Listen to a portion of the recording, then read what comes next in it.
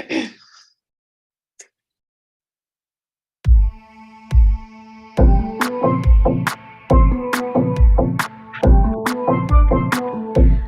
vibe, come let me lime, come let me vibe. Lime vibe, come let me lime, come let me vibe.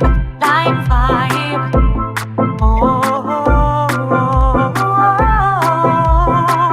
lime vibe. Good night, everybody, and welcome once again to another LimeVibe Live podcast. I'm your host, Yori Kemp, the distinguished Yori Araman Kemp, along with our co-host, the beautiful Miss Kimberly Ramkalawan from Trinidad and Tobago. How you doing, Kim? I'm doing fine, Yuri. How are you? All is good, all is good. I'm feeling great tonight, actually. I am in a wonderful mood today. Today is International Women's Day, so women always perk me up. I got women from all over the world messaging. Women pick you up, and they messaged you today. You're saying saying they wanted me to wish them a happy International Women's Day. So of course I had to oblige my women to them. So how did you guys? This year's theme is embrace equity. Yes. So you've got to do the sign of an embrace. And I think, that's the world theme everyone seems to have adopted. And then there's the United Nations theme for this year, which is Digital Innovation and Technology for Gender Equality. So, this argument that people have, taken on the other organization rather than the United Nations, who actually established the day. So, it goes back to, I think, 1975? Yeah. Right. Right. So they're going to fight over the naming of the day now? What's that? They're going to fight over the naming of the day? No, it's, the thing is, when you search what's the theme for this year, there's a designated website that is all about International Women's Day and things that you can do to recognize the day, and they talk about themes and things like that. But the United Nations, they've got a whole theme itself, but it's different. So there's usually some disparity there. Most people tend to go towards the more catchy phrase, which is embrace equity. And then you've got the fun hand signs that go with it, and the signs usually is usually used as a talking point. So when you do this, you explain what it means, And this year they're talking about equity, and when it comes to hiring practices, recruitment processes, having women in leadership roles and decision making, things like that. So that's one thing. Digital, they're talking about, I guess, because after the pandemic, they've seen the digital gap increase, with women having less access to computer resources, the internet, in certain parts of the world. So I guess that's what's behind the United Nations. But International Women's Day goes a good bit. It goes back to the 1917, I think. It even started with Russia. I believe it was with the suffrage movement in Russia, and they were trying to get freedom to vote, for women to vote, Yeah. It's good. I see you got on your purple today, though. Yeah, I put it on just for the day. Oh, thank you. Yeah, that's I marked that. I had a purple shirt, but it's pink, though. Someone put pink on my purple shirt. And I'm like so upset because I really wanted to represent the women. Really wanted to represent pink on. Don't know how. It's ruined. I think you need to adjust your audio. You're sounding rather low. I don't know. Check on. Can you hear me now? Yes, I'm hearing you a little louder. Yeah. I turned on the volume. That's better. Okay. Yeah, good. Yeah. I said I bleached my someone put bleach on my purple shirt, so I couldn't wear it today. I couldn't represent the women today. I was very upset. But that's nice that you wanted to represent. I feel like we're mocked for observing International Women's Day. Oh, you women have gotten so liberated already. And y'all don't need us. Y'all just want an excuse to get gifts. It's like, no, I don't think so. Because I still see that we have reason to talk about women's rights. And right now, I honestly believe that it's getting undermined by another movement. I think I alluded to this in Monday's podcast, where there's a movement of a bunch of men who are dressed as females and they want part of this. But being a woman is a lot more than looking like a woman. Yes. It's all anatomy. We're born this way, Be right? careful, Kim. You're going into some real dark territory here because I you know. know I mean, our they algorithms, they're going to watch this and they're going to want to take this down if you start to buy a certain but subset of society. You know? but I understand that. But I'm a woman. I've gone through different things that men have not gone through. But having a body that's designed for childbearing, we experience certain things. Yeah. We, from our puberty days or even before that. The way you bring up a girl child is different from the way you bring up a boy child. Of course. And it's how you shelter them, it's how you nurture them, it's how you protect them. And a girl child is subjected to being protected. Okay, you can't do this. Or you're expected to hug and kiss everybody. And you're putting yourself out there. And a boy child, it's not so much. They're allowed to run and play and do anything they like. And that's their detriment, I think. But let's not get sidetracked with men though, because we could talk about men all night. I could talk about men all night. But Yeah. I was at my office today, and a grown man, just to show you an example of what we're talking about. A grown man called in and spoke to one of our reporters and said, men need to be more recognized for International Women's Day. Say men need to be more recognized for International Women's Day. You believe he's serious? He can't be sober, Kim. He cannot be sober. Why would men want to be recognized for International Women's Day? Why are you so upset about that? I don't understand that at all. And he was really upset. Like, dude, you clearly got the notification, but you didn't attend any of those meetings, man. Because International Women's Day is for International Women's Day. It's for women. It's not for men. It's for women to have their chance to congregate and have a day where they can be appreciated. It's nothing to do with a man. Nothing to do with a man. I didn't feel upset. I mean, it goes beyond appreciation, Yuri. It goes beyond appreciation. Just like International Men's Day is celebrated on November 14th. And International Women's Day, there are reasons behind celebrating it because there is a gender disparity when it comes to the sexes.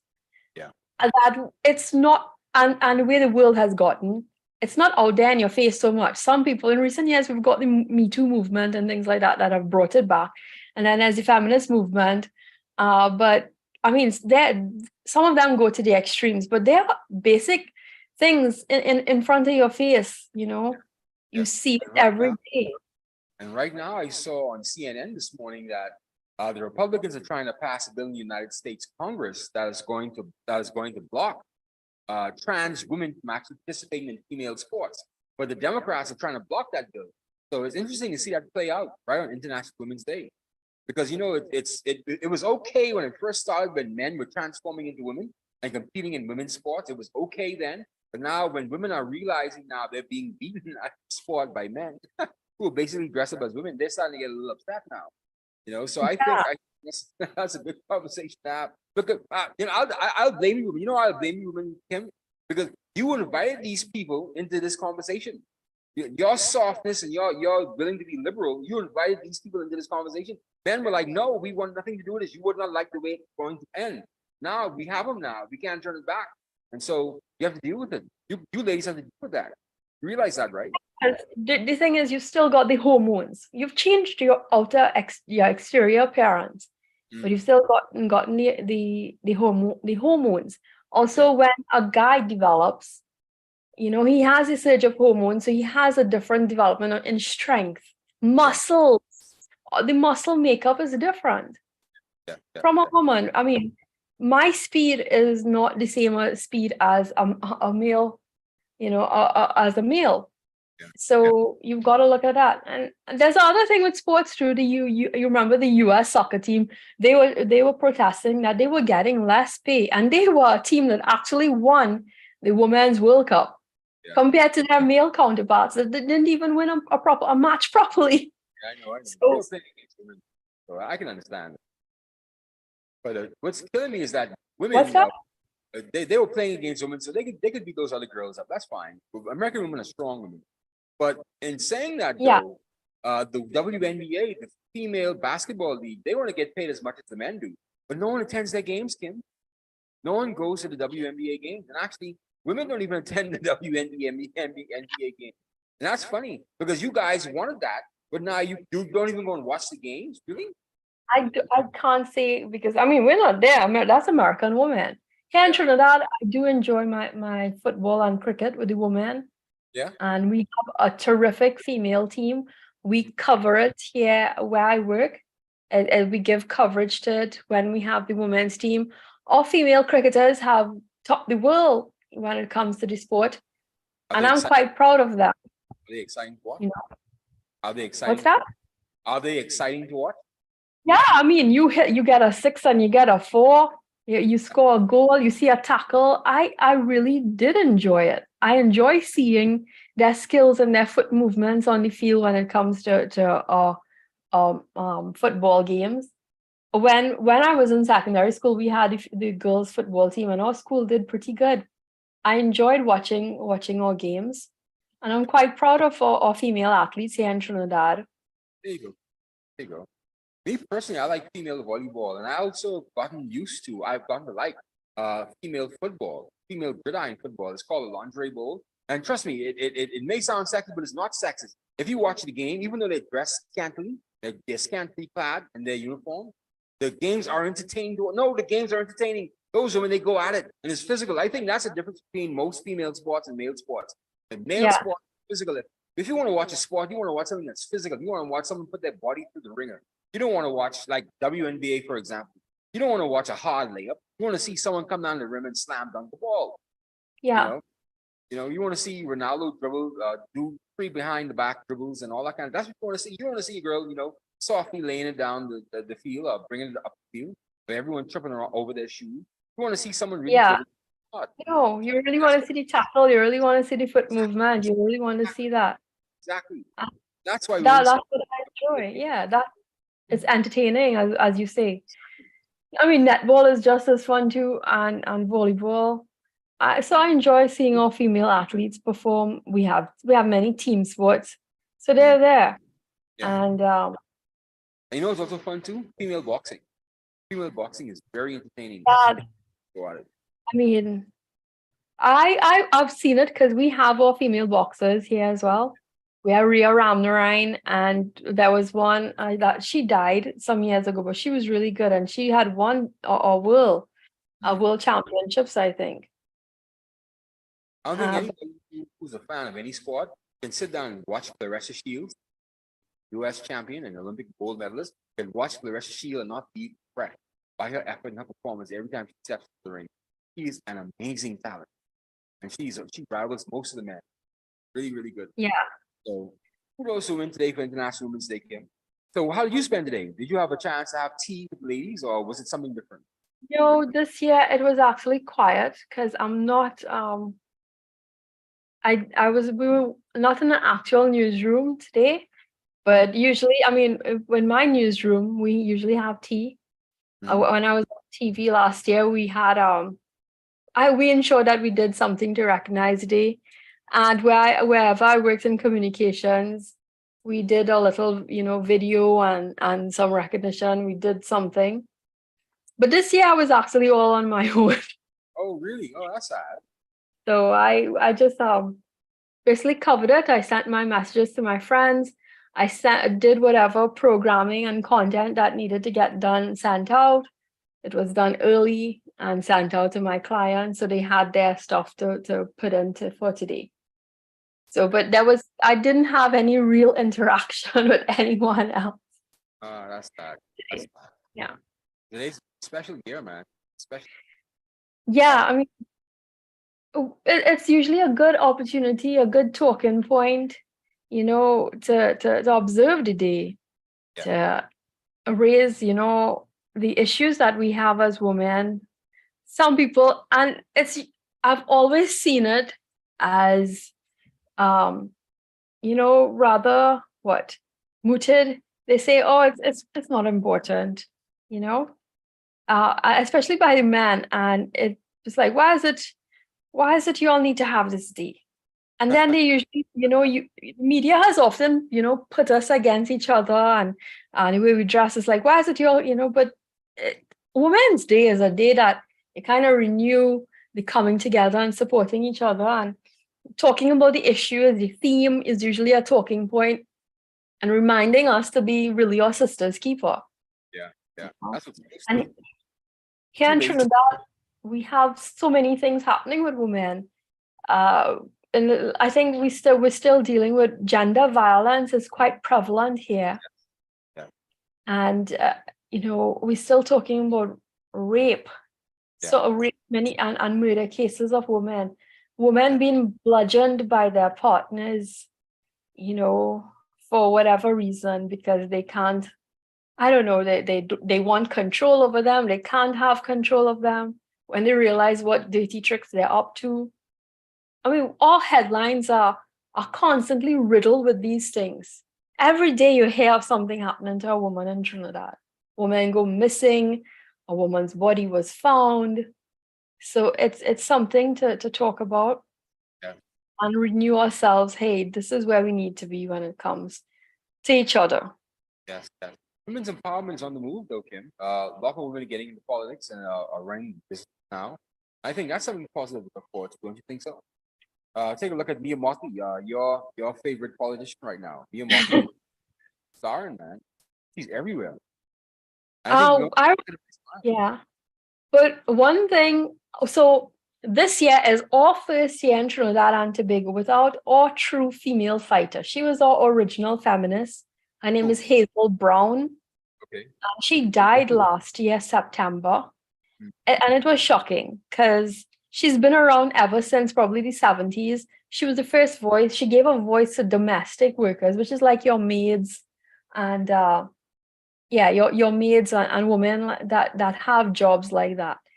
She gave them rights that, hey, they can earn a decent wage, salary, be protected, and regulated as well. Yeah, She was always very vocal when there were incidents of violence against women and children. She always spoke about reproductive health, women's health, and building up civil society with women. One thing that I admired about her, and we saw this it was very out there when Kamala Prasad-Visesa took office. She had quite a number of women in her cabinet and in her parliament. And it was at that time, in 2010, there was this talking point of trying to increase the number of female representatives that you have in your parliament. And I think it was the first time we saw over 25% of any cabinet in our country comprising of females. Hazel Brown was critical in offering proper training to these women that were entering the professional political field. And she for some reason, these women always gravitated towards her because, she knew how to speak. She was quite vocal and she spoke eloquently. And she was the one I would credit to ensuring that gender studies, and she gave a discourse on gender studies and making it part of a curriculum in a sense that, hey, she established a good body of work when it came to gender studies here in Trinidad. She established the network of NGOs for the advancement of women, and she served quite a number of areas. She served at the Commonwealth Women's Network and offered quite a number of studies, I think, for CARICOM level and United Nations level. So it's all here without her. Did you guys ever commemorate her? Her efforts? I believe she got I'm not sure if she received a national award. I believe she did at one point. And she was really a trailblazer in her own right here. That's good. That's good. So, our female freedom fighters are pretty much gone. Boris Johnson and the old camp, they passed years ago, they were the ladies who are at the forefront of women's suffrage. Now we Yeah. only have two remnants left. We have Janet Bostic, the first female MP that ever sat in Parliament. We have a few other women that's just making noise around, but otherwise, that it's pretty much evening out, and they're fighting for more political power themselves. And increasingly, more and more women are getting involved in politics. But my personal take It's is, the caliber. I think yeah, it's the caliber and the reasoning behind it. yeah, Hazel Brown was always held a stance as an independent here in our country. Mm. I think in 2017 she was awarded a doctorate. And I mean, I'm not surprised she wasn't already a doctor, the amount of work that she did. And she spearheaded here in Trinidad. Anything happened, as a media practitioner, we went to her. She was the voice that brought some clarity and reasoning and sort what should be done. And she was, I think, the inspiration and the voice for seeing, especially when it came to budgeting. Women are head of households when it comes to finance, and she embraced all of that. Being a woman in a household and taking your role as a woman in your household, but yet standing up and having a voice and having a place in society. She was the epitome of womanhood and what it meant. And I mean, she not being here this year, we actually feel that. Her daughter is a broadcaster here in our country, and I think she posted something about her, and I was like, yes, she is. What's that? Has anybody filled her place? Filled her position? There's no one that can do what she did. She crossed barriers in our country. She went above and beyond when it came to speaking out on women's rights. It did not, political parties did not bother her. And it did not matter, NGOs, it did not matter whatever religion, race, anything. It did not bother her. She spoke. She was there for the people. And I don't think there's anyone else like her. I can feel her. Yeah. What's that? So you lost the giant there. Yes, we definitely lost one. And I think she's been around since the 70s, so I've known about her my entire lifetime.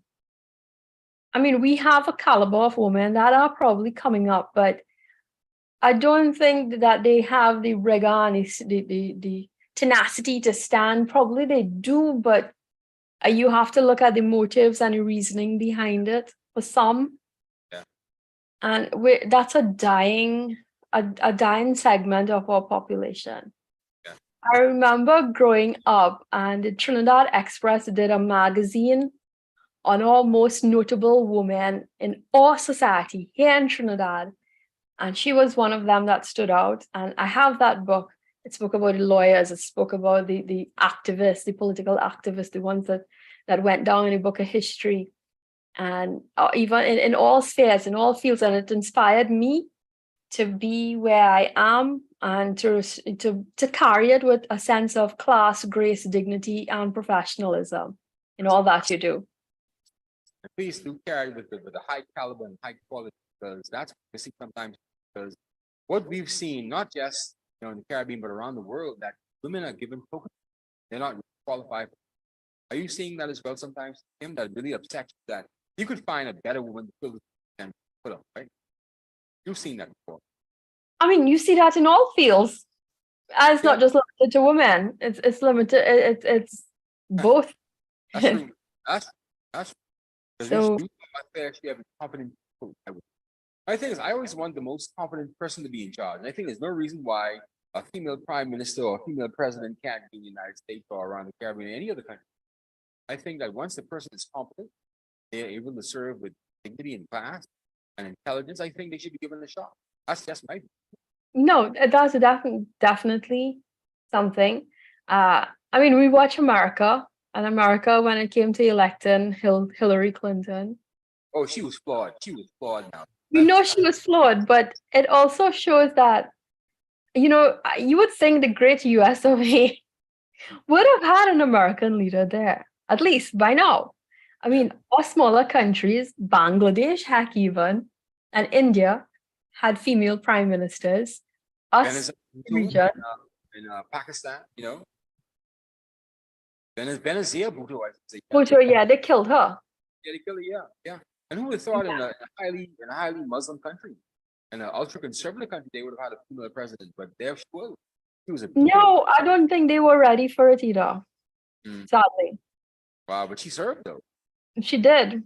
She did. And I mean, Pakistan is one of those countries that is plagued with violence against women. Yes. I think one of their social media personalities, her own brother killed her. Oh wow. For speaking out. So being female in some countries is still a sin. I mean, the whole I could go into that so much, because right now the prices of everything, I honestly feel being female is like a curse at times. Because no, I'm saying it because the cost of living for a female, y'all don't have to pay shell out so much dollars every month for personal supplies, right? We gotta take y'all out though. We have to get ourselves together. Actually, no. I'm talking about. So, what about the women who aren't in relationships, Yuri? What about the women that are in female-only households? It's costly being a woman in this day and age, especially after the pandemic. I think I posted about it. Access to basic supplies and access even to healthcare. We talk about that, but healthcare for women is very costly. And people take it for granted in some countries, but if we really are being truthful, you'll hear the money we gotta shell out to go and see our doctors, the money we gotta shell out to take care of ourselves every month. I don't mean to be TMI here, but yeah, that's the truth. Those are our struggles too. Yeah, I can imagine. Because going to the doctor to pay for things like taxes and all the other things. No, I can't imagine going through those batteries. I only have one physical a year. Thank God. I understand exactly. It is. And I mean, some places, we have our women's hospital here in Trinidad, but it's so timely. You've got to spend like an entire day, take an entire day off just to go there. Really? Yeah, because it's a long process. You've got to wait, line up, because there's so many women. On top of, they're taking the prenatal clinics and all of that usually occupies a good bit of space. So you're combining yourself with the pregnant population for a checkup. But today in our country, there were many. The Ministry of Health set up a few sites at hospitals where they provided free testing, but it was crowded. I heard in a rumor there were like, someone says, we swear it was 3 million people here. Where did all these people came from? Our population is not that much. But they heard they were getting a free pap smear, free cancer screening testing. They heard that they were getting these things as well as some other promotional health, supplies, and they showed up. On top of it, we had Patrice Roberts and Desra Garcia singing. So it was like a concert to entertain. It was really something. Yeah. Patrice Roberts being in the news lately, he's performing all over the place. Yeah. And I'm glad to see that she's participating. I mean, just her presence being there, it says something that, hey, us women, okay, we're going to see Patrice, but Patrice is doing this to kind of promote women healthcare. A lot of women, some women are just like, man, I'm okay. I'm not feeling anything until it's too late, Yeah. When I started 3 years ago, I started doing my physical, really doing the physical every year. 3 years ago, I've been up to date with it every October, between October and November. I have a physical, and the things I found out myself were shocking. I was having some kidney issues. I didn't realize I was having kidney issues. Tell the doctor, said, "Thank God you came early, because if it would have progressed, you'd have been in serious trouble within the next 10 years from now." So I pulled it back. I started taking better care of myself. I stopped the alcohol. I stopped all of the salty food, and I drink more water. And I'm starting to repair myself, man. So yeah, you have to really jump on these things really early. And doctor, don't be ashamed to say you have to go to the doctor. And thank God they don't. I don't do a prostate screening anymore because they could do your blood samples now. They could Yeah. test. Yeah, so that's good. So I'm healthy. I'm healthy as a dog. I mean, that is something we talk about every year for International Men's Day as well. Because men, they think, oh, we're strong as an ox. I don't need to see no doctor. No, You some know, of these blood pressure is a hidden killer. exactly. A lot of problems. Yeah, go get it checked out. I agree. And I mean, I see that with the men in my family, and it's to really get, I was like, okay, you're not feeling good. We need to call the doctor. Yeah, I'm not playing with this, you know, and it's because we love you. We want you to take care of yourself, yeah, you yeah. know. I'm Some guys, talking about my father and husband. yeah, some guys will wait till they actually die before they go to the hospital. Oh Lord, then when you get this, wait sometime, right? Come on, Yeah, man. no, no. And the same thing with our women. I mean, in my family, I know two members of my family, I had to tell them, here's what you need to go see a doctor right now. I'm calling the doctor and you're going, no. Yes. And if we did not do that, if we had procrastinated that anymore, well, I don't know what would have been the situation in her case. And I mean, in my family, we've got the genetic issue of ovarian cancer. So when it comes to screening and testing, we don't play with it. I don't play with it. I don't take it for granted. And I think I try to emphasize that with all my cousins and my aunts. You all need to go and get checked up. Yeah. Right. Right. So all of that is, raising awareness of women's issues. Use the day to speak out. Yes. Some of our female politicians said they put out a video. It was kind of cringeworthy. I'll share it with you offline. Because I can't put it up on the screen right now because I have to do so much transfer, right? But it was kind of cringeworthy. When you watch the video, you'll see it was very, very cringe. It was almost cute. If you watch the video that our female leaders put out, it was kind of cringeworthy, but it was cute nonetheless. It was kind of spooky. It's kind of spooky. It was too much. It was too much. That's in the Bahamas. In the Bahamas, yeah, it's too much acting. Okay. It was too much. Unless it was forced or something. Some people carry it to the extreme. It felt contrived. Like we're all faking it. Like we're all dead inside. We're trying to put on a good smile for you guys. We're really dead inside. And it felt really, really cringe, man. Oh my. Yeah. But I know they've been beaten out a lot here because we still don't have rights for women here in the Bahamas. You know that, right? A woman who marries a foreign man cannot pass her citizenship over to her child. Wow. So if she's here, she's married, let's say a Canadian or a United States or an American, she cannot pass her citizenship on to her child, even though the child is born in the Bahamas. That's the laws we have in the Bahamas.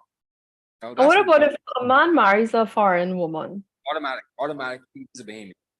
Automatically, it's a Bahamian. But not for women. And men are fighting against this. Men in the Bahamas are fighting against it because they don't want women to get, they want to protect the women. They don't want women to get carried away with these foreign men and be led astray by these foreign men and giving up all their children, all their birthright to these foreign men. Come on, you think women are stupid? If a woman likes a man, she likes a man. What the hell is your problem? Get all these women away, man. They don't want us. They want someone else. Well, okay, that's fine. I don't feel no way. I mean, it goes both ways if you want to marry someone. And I feel ashamed having to have this conversation still now. To have this conversation where women need to have rights in that country, where they need to pass their citizenship on their children. And it's embarrassing. And that's one part of the conversation. The other part of the conversation here, we're still trying to grapple and wrap our minds around marital rape. Men in the Bahamas don't believe that women can be raped in their own house, in their own marriage. No, that's something. It's the same here in Trinidad. Oh, well, you're married, so you're expected, but yeah, it's her body still. Yes, you're married, but it's her body still. Exactly. You can't be raped by your husband. But I understand the counter argument though, because the counter argument is that hey, if we're married, I really can't rape my wife because she's supposed to have sex with me, first of all. Second of all, how would you prove that it's actual rape and not consensual? Who's to do the proving? The doctors. The doctors? Okay, what if I tell you she like rough sex? I mean, there's so much in between with that you have to actually pick up and actually learn from. And actually have to parse out exactly why would a man rape his wife? Or how do you prove that a man raped his wife? And why would you take a woman serious that a man raped her? You understand the kind of slippery slope that's leading us. So Yeah, no, it I understand exists in our society. but still, though, we shouldn't have the conversation from the point where women, a woman can't be raped at all by her husband. We can't start the conversation from there either. And so we need to really have a conversation about marital rape in the Bahamas. No, it's there. Yeah. Oh, your camera backed out. Okay, no problem. Oh I can dear. hear you. Oh yeah, you're back again. Okay, fair enough. Yeah, Let me just take that off. no problem. Yeah, I'm here. I stand with women. They should pass their citizenship over. I stand with them when they say they need to have marital rape laws because we're still fighting that, Kim. That's a shame. I'm ashamed, Kim. I'm ashamed. I'm ashamed to be a Bahamian man having to say that we should not be raping our wives. And why are we saying that, Kim? The Bahamas ranks top 5 in the Western Hemisphere. And in fact, I think in the world, no, in the Western Hemisphere, I'm sorry, for marital rape. About 5 years ago, 7 years ago, we were ranked number 1 in the Caribbean for marital rape, for rape. Yeah. Rape. Number 1 ranked country for rape in the Caribbean. That's a shame, Kim. We should be ashamed of ourselves. We are raping our women. We are abusing our women. I don't want to be known for that. I No. don't want to be this name guy who rapes his women, who abuses women. That's so shameful. That is so shameful. Right. It is something, sickening. And it does happen. It's part of control. But the thing is, you automatically think that rape is about sex. It's not. I will tell you something, rape is more than just sex. It's usually a man's way of trying to control a woman, and they're trying to usurp authority over her. Yeah. When you analyze victims, you analyze perpetrators of rape, they're not men who are hungry or sex starved. They usually come from a background where they feel the need that they need to control and manipulate a woman and put that woman in check. Yeah. And I can say that, yeah, it's how do I explain this? It's really most men, it's like, I need to remind you who's in control. I'm putting you in check. Yeah. And this is why they do that, because they think we're weakening a woman by doing that, because she feels degraded, she's violated.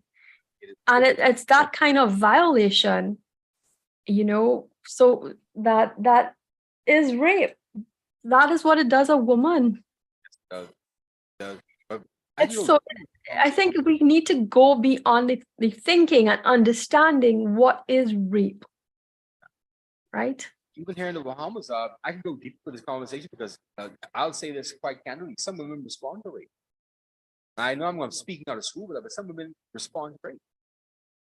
They respond to being, forced into sex. Now, I listened to a group of women talking. This is about 10 years ago. She's a social worker. I wouldn't call her name. She's a social worker. She said, "Oh my God, if it's a good rape, don't call the cop." I said, "Woman, are you serious? If it's a good rape, don't call the cop. Get out of here." And she's a grown woman. She's old enough to be my mother. She's saying, if it's a good rape, don't call the police. I heard that with my own ears. I don't lie. Honest Injun. I do not lie. And she said that. And so we have this culture here sometimes too, where women want to be taken. They want to be. If you take, for example. But that's sort of consensual in a sort of way. It's consensual to some extent, but how do you know it's consensual when you actually have to take something from somebody? How do you know it's consensual? How do you know a no is no? And no is not, no. How do you know? I don't know. I mean, I know, but this is where I tell you, but the culture in Bahamas and even up the islands is totally different. Exactly. We have an extent of that here in Trinidad, but it's a minority. Most women don't want to be raped. No. Most women don't. I mean, right? If you're going to be with a man, it's because you want to be with a man. You don't want to be forced. So it's that force culture, that rape culture that we have. So it's kind of sickening when you peel back the layers of how the male-female dynamics started. And that's why me personally, I prefer not to partake sometimes if I have to go that route, where I have to actually continually force myself onto them, because it doesn't make any sense, because it's going to lead down to a path where it's going to be absolutely disastrous. Because why can't a woman just be consensual? and women. Yeah, I mean, if she says no, no. Exactly. I mean, But like I say, sometimes no is no, no, no. It's not no. It's no, no. I mean, I think that's their flirty way of saying no, and that's her probably still being nice as to hopefully you respect her and leave her alone. But if she comes on to you, that's something else, I know, right? There you have it. There you have it. So, So it's crazy out here. In the dating scene, it's crazy out here, Kim. Yeah, I encourage young men to just stay to themselves and leave women alone and let them have their day. Just focus on you. Focus on go to school, learn a trade, go to medical school, do something. Focus on you. Leave the women alone, man. Let them have their day. And don't be like this old fella calling our offices after we're talking about he needs to be recognized for International Women's Day. I say, look at it, listen to this weak simp, man. Look, listen to this weakling. He's crying over not being recognized as a man for International Women's Day. I say, you sissy. You're nothing but a sissy. You big sissy. Calling it, I want to be recognized. He spoke to one of the reporters, but he's about half an hour complaining that he wants to be recognized for International Women's Day. I say, boy, you just one sissy. This is weakling, man. Good grief. So clearly he's okay. So what kind of campaigns do it makes me question the kind of campaigns that are being put out in the Bahamian media when it comes to women's rights and women empowerment and what does International Women's Day actually mean? Yeah. It was So he's not getting that message in any way at all. He's living under a rock. Yeah, of course he got the notification, but like I said, he did not attend any of the meetings when they talked about what's going to happen in International Women's Day. I'm sure him crying and caterwauling about not being recognized for International Women's Day was not going to be a part of the festivities this year. Like I say, leave these women alone, man. Leave them alone. What the hell? They're human beings. So leave them alone, Brad. Come on. And in November we have the End Violence Against Women Day.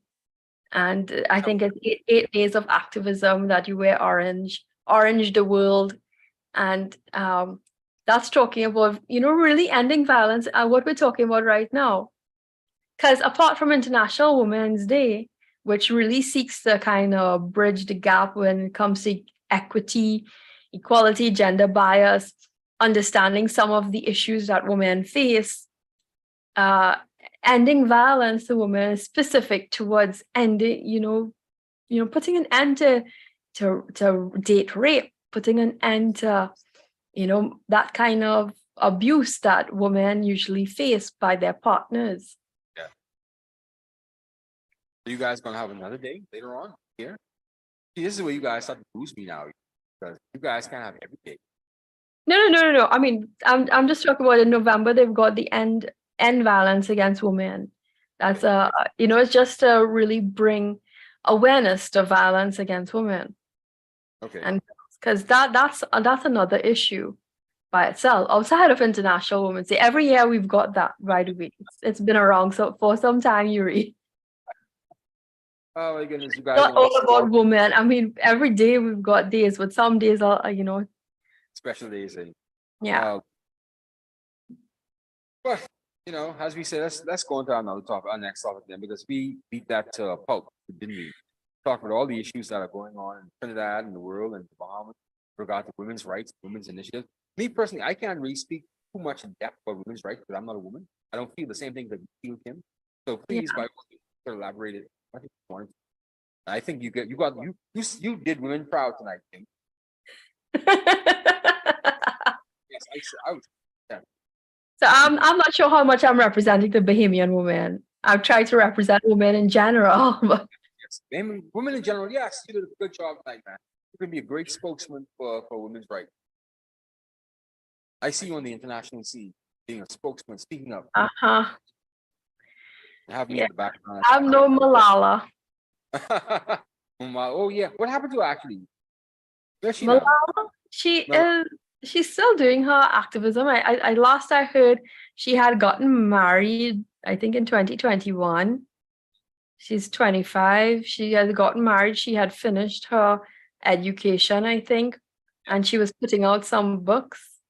She has a book called Malala Speaks Out. I think it came out this year. So she is still out there speaking, No, she When will. I mean, when I saw her, she really was an inspiration to me, and to see her father by her side was even more inspiring, right? Because there's this notion that you can't have a father-daughter relationship, that he's supporting you, especially from her background, Pakistani. Yeah, stage. And he's been by her side right through. Wherever she's gone, she is the youngest Nobel Prize laureate. And I think she's the second Pakistani to receive it, but she still receives death threats up to this day. Up to this day, she still receives death threats. She has to be protected in whatever she's doing, wherever she goes. Who going to So, kill Malala? I mean, that is why she came to the forefront, because she was shot at. And she decided to, bring awareness to violence against women after she was shot. Women in East Asia are really going through a whole hell of a lot, man. From India to Pakistan, China, Bangladesh, they really treated us second class. This is how they came. Yeah, they really, I mean, that I don't want to say it's the Muslim world, but they really don't recognize the woman. You have in India as well too. They have a rape culture. Yeah, in India, definitely there's that rape culture as well. And what they do, women are hounded. It's horrible. I mean, the just basic supplies. We have movies on it right now where they don't have washroom facilities. And parts in Nepal, when you're going through your menstruation period, you're segregated from the rest of your family because they view you as unclean, and they still put you outside in a hut in the frigid temperatures to stay out there because you can't. Yeah, those things still exist, Yuri. And we talk about why we talking about internet? Why women they need to be, talked about, because these things exist. Yeah, I'm sheltered him. I don't know that. But hold on, wait. I shouldn't be shocked because I've seen what they've done to women in Afghanistan, Taliban. Yeah, so I shouldn't be shocked. But it's just that the way you describe it, just shocked. Women in huts, so period. Yeah, because you're unclean. In the Caribbean here too, huh? I'll tell you that. This is happening in the Caribbean too. Stop that, Kim. I I don't know that mean, happen. there is a notion among certain religions and things. Okay, well, you're unclean. You can't come around. We can't do this, or you can't do that because you're in your period. And I remember reading something. Even in America, they have certain family myths that you don't shampoo your hair when you during that time. You don't do this. You don't do that. Yeah, what does he have with This is it exactly. What is clean hygiene? You just want to be clean. Yeah, I think you're lying to me. That can't No, be. I'm not lying to you. I'm not lying to you. You can look it up. See, I don't live in that world, so I wouldn't know, right? So it's kind of shocking, man. Shampoo your hair during your menstruation, your cycle. Come on, not just above and beyond. You say it happens, but In Trinidad, you can't. I mean, there are some religious sects that you aren't allowed to enter the premises if you're in that time as well. Things like that. It does exist amongst us. You would be surprised. It's not far-fetched, Yuri. When you read about it, you think, oh, that's never, not here. The Caribbean is too modern for that. yeah, it can't be the Caribbean. I'll have to see that with my own eyes. There are things happening here that we won't be really aware of.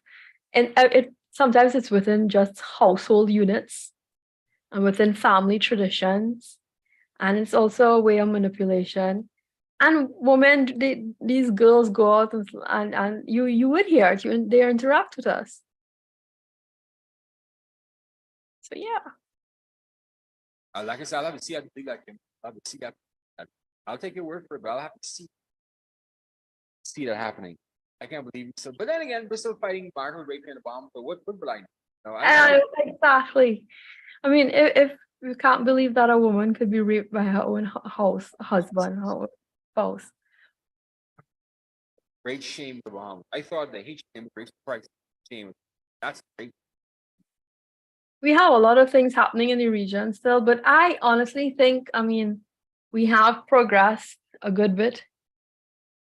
Oh, I great. mean, a woman still has the freedom. We just came out of carnival. Women were free to dance and, as I said, dingole in the streets. Oh yeah, yeah, yeah. I love that. I love that. I love you, Carnival Cost. So, you have that. But then again, you also have the dangers of women. So when you're doing that, you're in your clique. You're protected, you don't want any men coming in and saying, "Oh, we're gonna do this."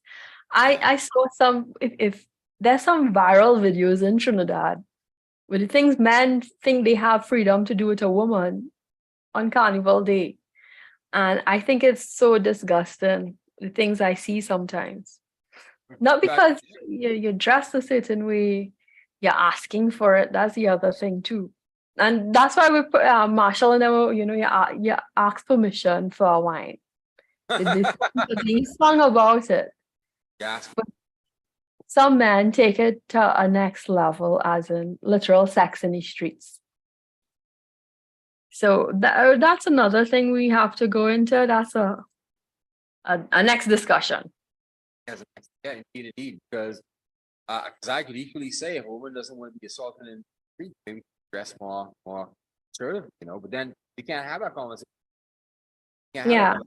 So every year, I think the police, the Ministry of Social Development, and these welfare organizations, women's organizations need to put out reminders of your decorum, your behavior on Carnival Monday and Tuesday with other people.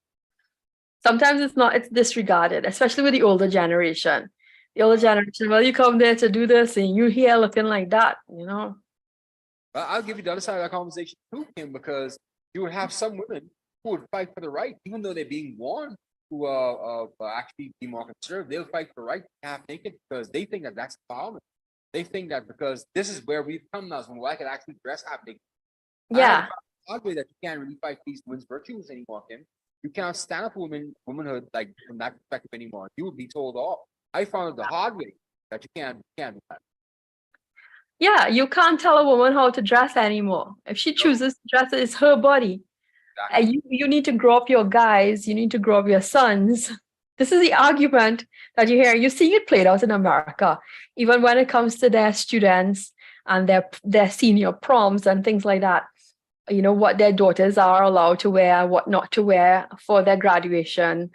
And you have to train your boy children. Okay, well, respect a girl no matter what she wears. Right. I think this is where our social morals are being eroded. Because guess what, man? You can't wear anything. You can't be half naked at your prom. Come on, let's have some decent, like Lizzo, the performer Lizzo. That is just obscene. Come on. You're calling, honey. Yeah. No one can pick up on that. Yeah. But I mean, she has the freedom to be that way, and that's what they're promoting. You've got the freedom to dress however you want. There is something against dressing. It is. I honestly think I don't need to see that.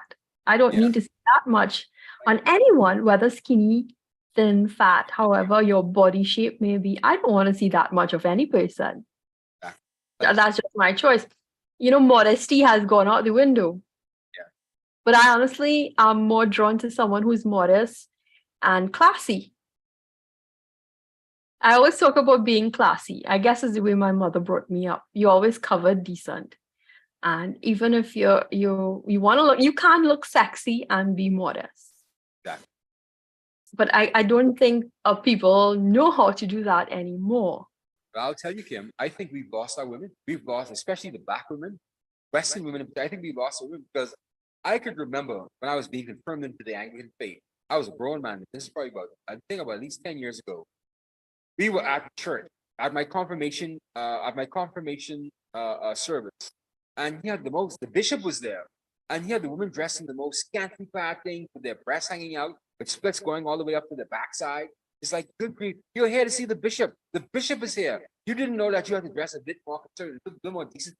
And they had their breasts out with the tattoos on their breasts and the tattoos on their ankle. Like, dude, you are in front of the bishop. You are in front of his grace, his eminence. Bishop But Nation. okay, something else though. This is how you come dressed. This is how you come dressed to a church, to a confirmation ceremony. This is how you come dressed. You hoes. No, you use. Yeah, But sorry, my apologies. My apologies, but it was just disgraceful, man. I said, look I at these. I said, look at them, Kim. Look at them. Look at them. Look at them. And it's the bishop was, the bishop was sitting on his throne. You could tell he got a frown on his face. He's not pleased, but still, though, it's I mean, embarrassing. to me it's it goes an unspoken code, unspoken dress code for going to religious places, churches. You dress a certain way. If you're going to wear a short skirt, you've got to wear long tights. I usually work with a pashmina to drape yourself when you sit down. And I mean, yeah, there's an unspoken dress code. I thought that was understood across the thought- region. But just goes to show you how far we've dropped by in our morals and our standards. Because you've got church Bishop, wear. do it for Jesus. Do it for Jesus at least, man. Do it for God. Do it because it's a church. It's a holy and sanctified place. There's no need to be flashy. It's not a matter of your other men counterparts. It's about, reverence for our God. For God, our Lord and Savior Christ, exactly, Kim. It's not about us, And I found it so distasteful, man. And it spoiled my ceremony, to be honest with you. It spoiled my ceremony because we shouldn't be treated to something like that on a confirmation ceremony. I was like, wow. I see these women really came to church dressed like this on a confirmation. And some of them went up to actually bless some of the confirmands, Some of them actually went up to the altar to stand with some of the confirmands. I say, women, are you serious? Are you really serious? Are you in church with this right now? With the tattoos on your breast and your split going all the way up to your hip and your mini skirts? Are you really serious? Do you know where you were coming today? Did somebody drag you to this church? You should be ashamed of yourself, man. Oh my God, it's sickening, Kim. Okay, we're going to tempt and get a husband. I guess so. Right? I guess so, yeah. It's clearly yes in my mind, right? I'm still thinking about these half-naked women in church. That's another thing, too. We have some churches where these girls that roll their bumps, roll their hips. And nobody talks about it. Nobody bats an eye anymore. I mean, the church music is playing, right? Of course, some of these upbeat Baptist churches, they have the good music, right? So these girls just whining and rolling. And it's like no one says anything anymore. It's like, okay, you could roll your boogie, you could roll your hips now. You can shake your breast, you can shake your breast now in church. This is what we're doing, Kim. This is where we're falling down, Kim. We're falling down here with this. I can't be myself. I'm not perfect, right? But man, my God, man, I have to show some decency, man. So, Kim, you're closer to the United States, and that probably has influenced you guys. Yes. Remember the thing that went viral about 10 years ago, the gospel from the strippers pole? Did you see that? If you go on YouTube, you search, you put in the search title on YouTube, gospel from the strippers pole, and you will see this girl with her breast hanging out, and she's there preaching, preaching. Of course, it raised a hell of a lot of controversy, right? But you will see exactly why I say women should dress more conservatively if they want to be taken seriously, You can't be dressed like that preaching the word of God, man. Come on. He accepts everybody, but be decent. I can't find the scripture right now in my mind. Tell you need to be dressed decently when you preach the word of God. But man, my goodness, there's a scripture out there. I believe there's a scripture somewhere. I'll find it.